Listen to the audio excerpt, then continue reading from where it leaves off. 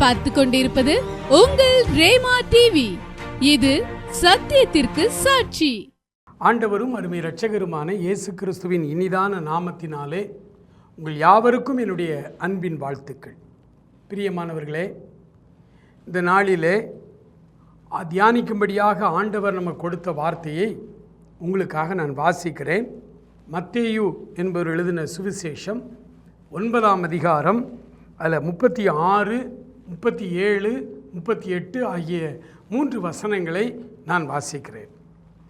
அவர் திரளான ஜனங்களை கண்டபொழுது அவர்கள் மேய்ப்பனில்லாத ஆடுகளைப் போல தொய்ந்து போனவர்களும் சிதறப்பட்டவர்களுமாய் இருந்தபடியால் அவர்கள் மேல் மனதுருகி தம்முடைய சீஷர்களை நோக்கி, அறுப்பு மிகுதி, வேலையாட்களோ கொஞ்சம்.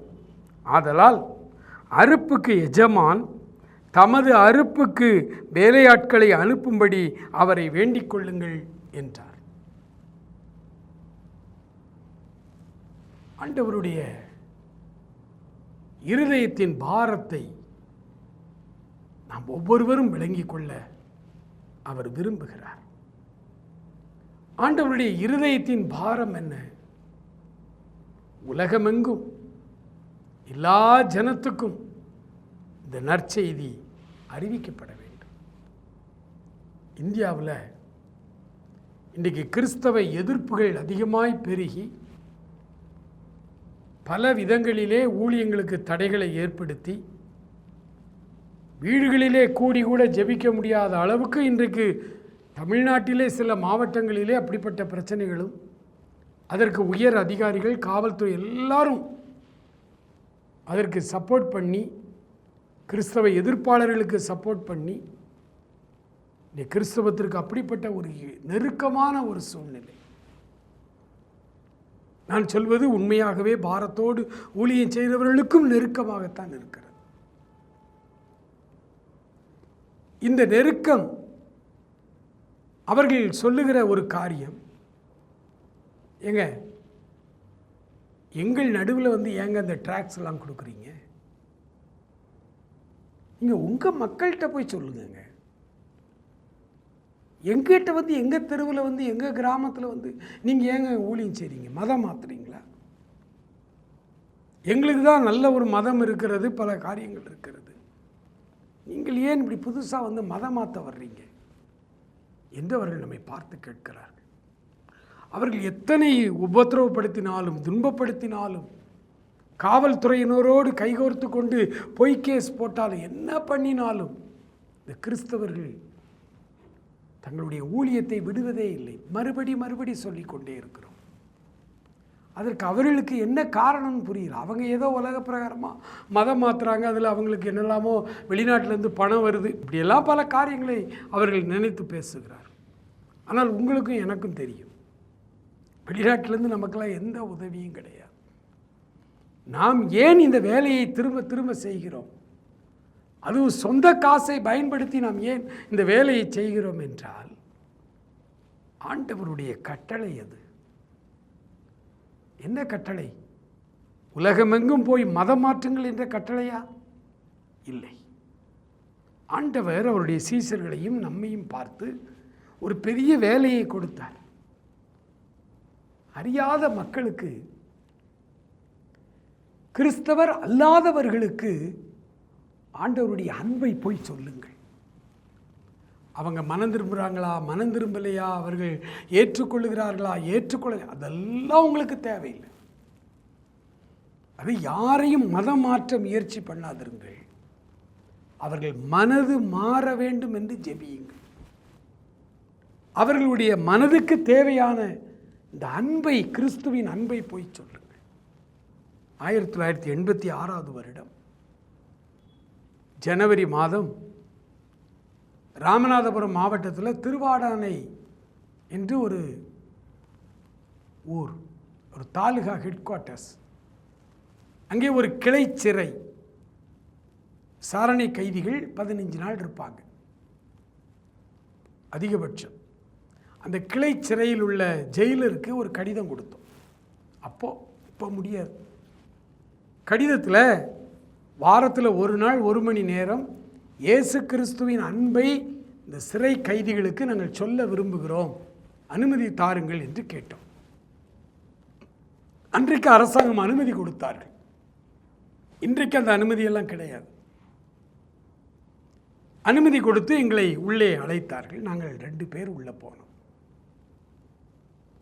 அதிகபட்சம் நாங்கள் 5 பேர் போகலாம். அப்போ இந்த ஜெயிலருடைய அறையில் அமர்ந்து பேசும்போது அவர் சொன்னார், ஒரு 10 கட்டளை கொடுத்தார். இயேசுநாதர் 10 கட்டளை கொடுத்தாரு. இங்கே ஜெயிலர் எங்களுக்கு ஒரு 10 கட்டளை கொடுத்தார். நீங்கள் என்னெல்லாம் செய்யலாம், என்னெல்லாம் செய்யக்கூடாது. அதில் அவர்கள் கொடுத்த கட்டளையில் ஒன்று, உங்களுடைய ஆண்டவராகிய இயேசு கிறிஸ்துவின் அன்பை நீங்கள் சொல்லலாம், ஆனால் இவர் மட்டும்தான் கடவுள்னு நீங்கள் சொல்லக்கூடாது. இப்படியே ஒவ்வொன்றா கொடுத்துக்கிட்டே வந்தாங்க. சிறை கைதிகளிடத்தில் எங்கள் அதிகாரிகள் இல்லாமல் நீங்கள் தனியாய் பேசக்கூடாது. இதெல்லாம் நிறைய கட்டளை கொடுத்துக்கிட்டே வந்தாங்க. அதில் சொன்னாங்க, நீங்கள் எங்கள் மதத்துக்கு வாருங்கள் என்று நீங்கள் சொல்லக்கூடாது அப்படின்னார். இப்படியே ஒரு 10 கண்டிஷன். நாங்கள் அதை சரி என்று ஒத்துக்கொண்டு கையெழுத்து போட்டு நாங்கள் அதை பிரசங்கிக்க போனோம். சிறை கைதிகளுக்கு ஆண்டவருடைய வார்த்தைகளை நாங்கள் பிரசங்கித்துக் கொண்டிருக்கிறோம். நாட்கள் போய்கொண்டே இருந்தது. அந்த ஜெயிலர் கொஞ்ச நாள் இருந்தார். ஒரு நாள் அவர் எங்களை அழைத்து கேட்டார், ஏன் நீங்கள் உங்களுடைய மதத்தை பற்றியே பேச மாட்டேங்கிறீங்க? நீங்கள் தான் கண்டிஷன் கொடுத்துருக்கீங்களே சார். சரி, நாங்கள் கண்டிஷன் கொடுத்துருக்குறோம், ஆனால் உங்கள் நோக்கம் மதம் மாற்றுறது தானே, அதுதானே இங்கே வந்திருக்கிறீங்க. ஏன்னா அவர் கிறிஸ்தவர் அல்லாத ஒரு ஜெயிலர். பாட்ட சொன்னோம், மதம் மாற்றுறது இங்கே வேலை இல்லை. ஒரு பைபிளை வேணால் உங்களுக்கு தாரேன், பைபிள் ஃபுல்லாக படிங்க. எங்கேயாவது ஒரு இடத்துல ஆண்டவராகிய இயேசு கிறிஸ்து, நீங்கள் கிராமங்களுக்கு சென்று அல்லது சிறைச்சாலைக்கு சென்று அல்லது மக்களை சந்தித்து அவர்களை மதம் மாற்றுங்கள், கிறிஸ்துவ மதத்தை கொண்டு வாங்கன்னு எங்கேயாவது ஒரு இடத்துல ஆண்டவர் சொன்னாருன்னு சொல்லி நீங்கள் காமிங்க, நாங்கள் இந்த மதத்தை விட்டே உங்கள் மதத்தில் வந்து சேர்ந்துடுறோம்னு சொல்லி ஆச்சரியமாக கேட்டார். அப்புறம் ஏன் இந்த வேலையை செய்கிறீங்க? உங்களுக்கு என்ன லாபம்? எங்களுக்கு ஒரு லாபமும் இல்லை. எங்கள் ஆண்டவர் எங்கள்கிட்ட சொல்லியிருக்கிறார், பாதிக்கப்பட்டவர்கள், வேதனையில் இருக்கிறவர்கள், உண்மையிலேயே தப்பு செய்துட்டு அங்கே தண்டனையோடு இருக்கிற அந்த கைதிகள் எல்லாருக்கும் இந்த அன்பை போய் சொல்லுங்கன்னு எங்கள் ஆண்டவர் எங்களுக்கு சொல்லி அனுப்பியிருக்கார். நாங்கள் சொல்கிறோம். கேட்டால் சரி, அவன் கேட்டாலும் கேட்கட்டாலும் நாங்கள் சொல்லணும். அது எங்களுடைய கடமை. அதை அன்போடு நாங்கள் செய்யணும். அதுக்குத்தான் இவ்வளோ தூரம் கஷ்டப்பட்டு வரோம். ரொம்ப ஆச்சரியப்பட்டு எங்களை பாராட்டினார். அந்த கிட்டத்தட்ட ஒரு 2 ஆண்டுகள் இந்த கைதிகளுக்கு சுவிசேஷம் அறிவித்து கொண்டே இருந்தோம். கைதிகள் மனம் திரும்பினாங்களா எங்களுக்கு தெரியாது. ஆனால் ஒரு ஆச்சரியமான அதிசயம் நடந்தது. ஒரு நாள் ஞாயிற்றுக்கிழமை சாயங்காலம் தான் எங்களுக்கு டைம். அந்த சாயங்கால நேரத்தில் பிரசங்கித்து கொண்டு அதன் பிறகு நாங்கள் உங்களுக்காக நான் ஜெபம் பண்ணுறேன்னு சொல்லி ஜெபிக்க ஆரம்பித்த பொழுது ஒரு அழுகை சத்தம் வந்தது. தேம்பி தேம்பி ஒருவர் அழுகிறது போல ஒரு சத்தம். நாங்கள் கண்களை மூடி ஜெபித்து கொண்டிருக்கிறோம். அப்போ நான் யோசித்தேன், கைதியில் யாரோ ஒருத்தர் மனம் திரும்பி அழுறார் போல அப்படின்னு. ஆனால் கண்களை திறந்து ஜெபம் முடிந்த பொழுது பார்த்தால் இந்த கைதிகளுக்கு காவலாய் நின்று கொண்டிருந்த சிறை காவலர்களிலே ஒருவர், அவருடைய பெயர் ஐயம்பெருமாள். திருவாடனைக்கு பக்கத்தில் உள்ள திருவேகம்பத்துங்கிற கிராமம். இங்கே இப்பவும் போல அங்கே ஒரு சர்ச் இப்போ இருக்கு. ஐயம்பெருமாள் உருவாக்கின சபை சர்ச். ஐயம்பெருமாள் ஆண்டவரை ஏற்றுக்கொண்டார். அன்றைக்கு ஜெயிலரும் உங்களோடு அமர்ந்து அவரும் ஆச்சரியமாக பார்த்தார். அப்போதான் அவர்கிட்ட சொன்னோம், ஐயா, நாங்கள் யாரையுமே மதம் மாற்றலை, யாரையுமே நாங்கள் டிஸ்டர்ப் பண்ண மாட்டோம். அவருடைய அன்பை, ஆண்டவருடைய அன்பு, அவர் உன்னை எவ்வளவு நேசிக்கிறார் என்று சொல்லுவோம். அதில் தொடப்பட்டு ஆண்டவரை ஏற்றுக்கொள்ளுகிற இந்த ஐயம்பெருமாள் மாதிரி அவர்கள் வந்தால் அவங்களுக்கு ஞானஸ்தானம் கொடுத்து அவங்கள ஆண்டவருடைய பிள்ளையா அவங்க கிராமத்தில் சாட்சியாக இருங்கன்னு சொல்லுவோம். அப்போ கூட நீங்கள் மதம் மாறி வாங்கன்னு சொல்கிறது இல்லை, அவங்களே வருவாங்க ஐயா அப்படி சொல்லி. எனக்கு அன்பானவர்களே, ஆண்டவர் இந்த அருமையான ஒரு பணி, இது தேவையான ஒரு பணி, ஆண்டவருடைய இருதயம் முழுவதும் நிறைந்திருக்கிற ஒரு தேவ பணி இது. இந்த பணிக்காக ஆண்டவர் உங்களையும் என்னையும் அழைத்திருக்கிறார். அப்படி இந்த வேலைக்காக அவர் அழைக்கும் பொழுது நாம் ஏற்கனவே ஆண்டவரை ஏற்றுக்கொண்டதினாலே இந்த வேலைக்காக ஆண்டவர் நம்மை அழைத்து நாமும் ஆண்டவரே இந்த வேலையை செய்ய வருகிறேன் என்று சொல்லும் பொழுது ஆண்டவர் நமக்கு ஒரு விசேஷித்த வல்லமையை தருகிறார். மத்தேயு 9ஆம் அதிகாரத்திலே 35வது வசனத்தை பாருங்கள். இயேசு சகல பட்டணங்களையும் கிராமங்களையும் சுற்றி நடந்து ஜெப ஆலயங்களில் உபதேசித்து ராஜ்யத்தின் சுவிசேஷத்தை பிரசங்கித்து ஜனங்களுக்கு உண்டாயிருந்த சகல வியாதிகளையும் சகல நோய்களையும் நீக்கி அவர்களை சொஸ்தமாக்கினார். இன்றைக்கு கிறிஸ்தவத்தின் மேலே ஒரு பெரிய பழி சுமத்துகிற கிறிஸ்தவர் அல்லாதவர்கள் அல்லது கிறிஸ்தவ எதிர்ப்பாளர்கள் ஒரு பழி சுமத்துறாங்க. ஏன்? கிறிஸ்தவர்களே அநேகர் பேசுகிறாங்க, ஆண்டவர் நோய்களை நீக்குகிறார், வியாதிகளை எல்லாம் குணமாக்குகிறார், ஆனால் நீங்கள் ஏன் ஆஸ்பத்திரி போகிறீங்க? அப்புறம் எதுக்கு இவ்வளவு ஆஸ்பத்திரி?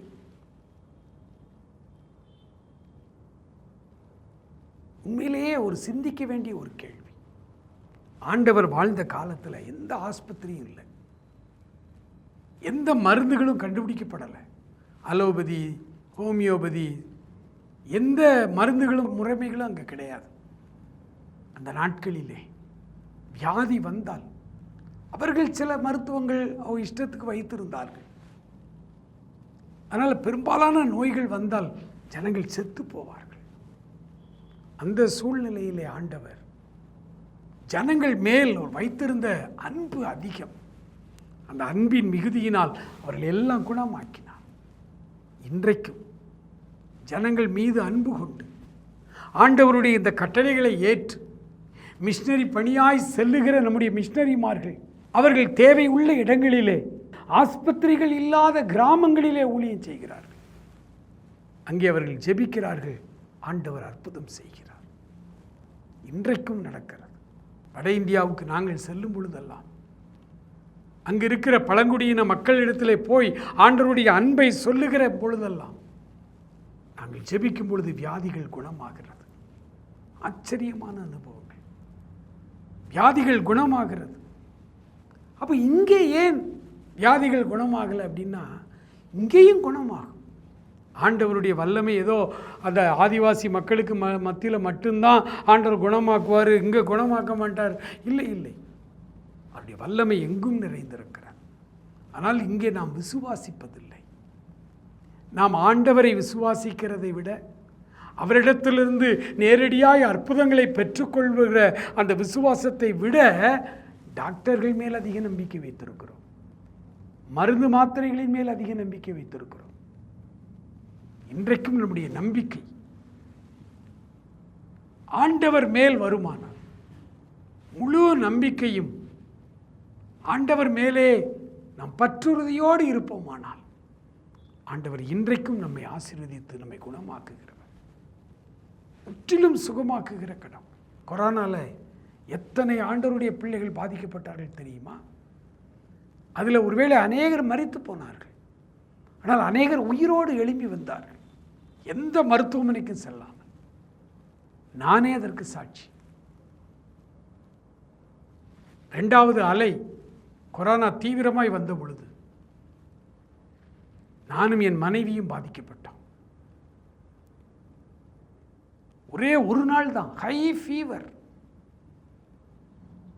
அந்த ஃபீவர் அப்படி இறங்கும் பொழுது நாக்கில் சுவை இல்லாமல் போனது. அன்றைக்கு இரவே மூச்சு விட திணற ஆரம்பித்தோம்.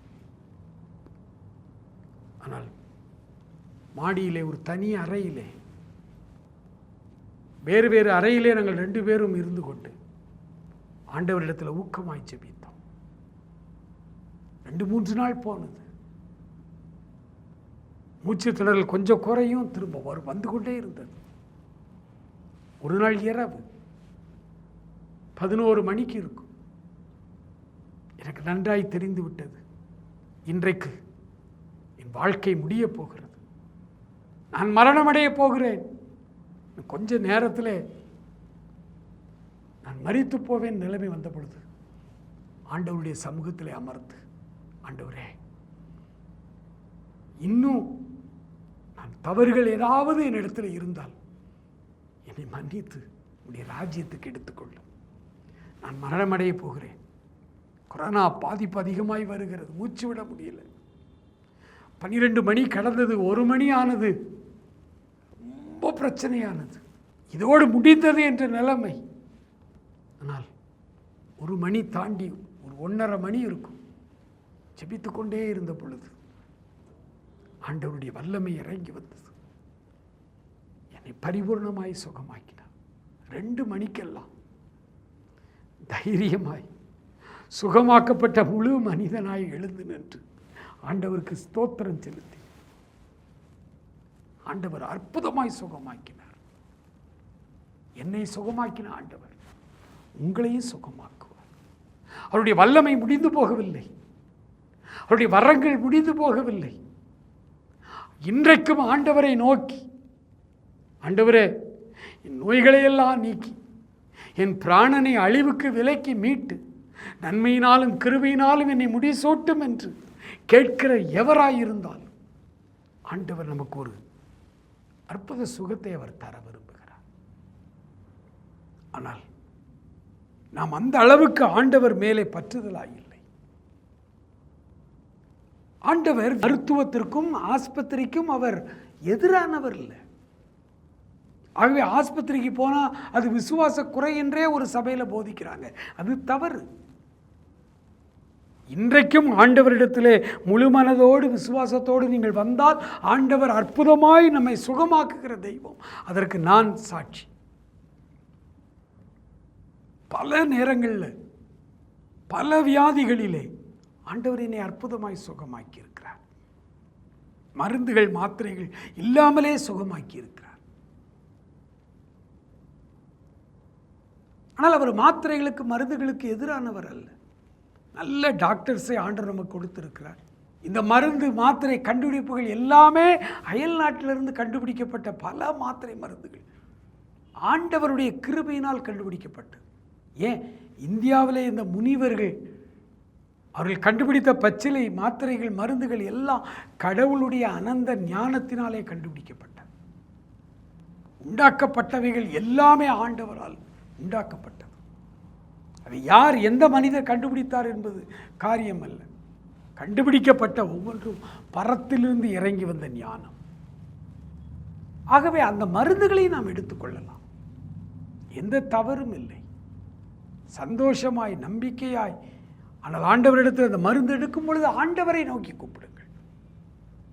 சில ஆஸ்பத்திரியில் டாக்டர்ஸ் எழுதியிருப்பாங்க அல்லது சொல்லுவாங்க, நாங்கள் ட்ரீட்மெண்ட் கொடுக்குறோம், சுகம் தருகிறவர் ஆண்டவர், உங்கள் கடவுளை வேண்டிக்கிடுங்கன்னு சொல்லி எல்லா மருத்துவமனையிலும் சொல்கிறாங்க. நாங்கள் இன்ஜெக்ஷன் போடுறோம், நாங்கள் மருந்து மாத்திரை தாரோம், ஆனால் சுகமாக்குகிறது ஆண்டவர்.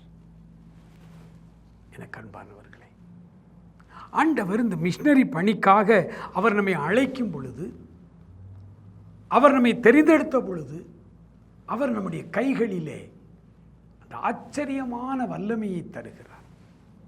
நீங்கள் சுகமாக்குங்கள், வியாதியஸ்தர்களுக்காய் ஜெபியுங்கள். ஆனால் நீங்கள் ராஜ்யத்தின் சுவிசேஷத்தை பிரசங்கம் பண்ண வேண்டும். நித்திய ஜீவனை குறித்து அவர்களுக்கு சொல்லித்தர வேண்டும். கடவுள் எவ்வளவாய் உங்களை நேசிக்கிறார் என்பதை நீங்கள் அறிவிக்க வேண்டும்.